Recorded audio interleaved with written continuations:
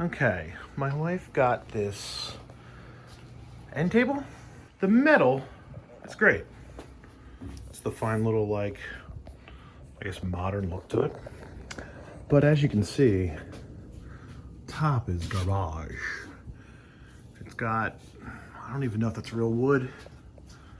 Veneer, some sort of veneer on it. We wanted to rip it apart, put real wood on this. Maybe they changed the color. Some nice stains from, I guess, plants or pots that were on there previously. It looks like it was at one point blue. I don't know what kind of wood she wants to use in here yet. If she just wants something like dark to stain, we don't necessarily need to go with like a nice wood. The room it's planning on going in has got darker woods to it, so maybe I'll just take some of my scrap pine over here and clean it up, or maybe just get a nice piece of poplar or maple. Unless she wants walnut. I did have a bunch of walnut slabs laying around. I can mill something down, but we'll find out. All right.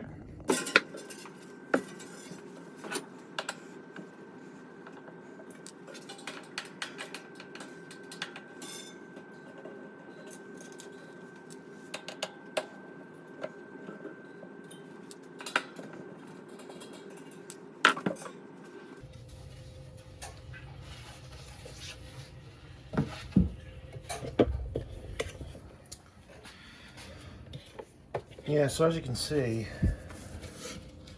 it's just laminated MDF.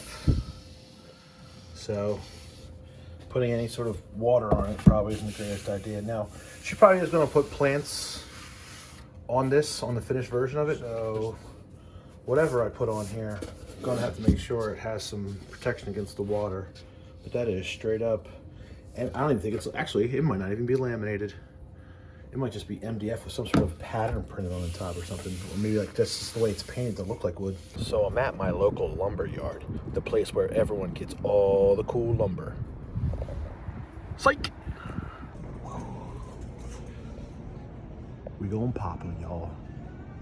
So I went to Home Depot, not because they're the best when it comes to lumber, but mainly because it's around the corner. And I needed the smallest bit of poplar. I needed less than 3 feet long and like 10.5 inches wide. You sell it by the foot there at my Home Depot. I got a cut off that was plenty enough. Cost me a few bucks. Bob's your uncle, and it's not dealing with pine. Why'd I go with poplar? Mainly because it's insanely easy to stain. It takes on good colors. You can stain it in cherry to look cherry. You can stain it in an oak, a red oak, and it'll look like a red oak. So we're kind of going for a dark stain, probably early American. The process of staining and prepping the wood's super simple. Cut it to length, rip it to length. It's a rectangle. You got a table saw. It's 2 cuts. Probably drop a little like slight chamfer bit on the edge of it, just to kind of like give it a nice little round off feature. And a couple coats of stains and some poly. Some water based.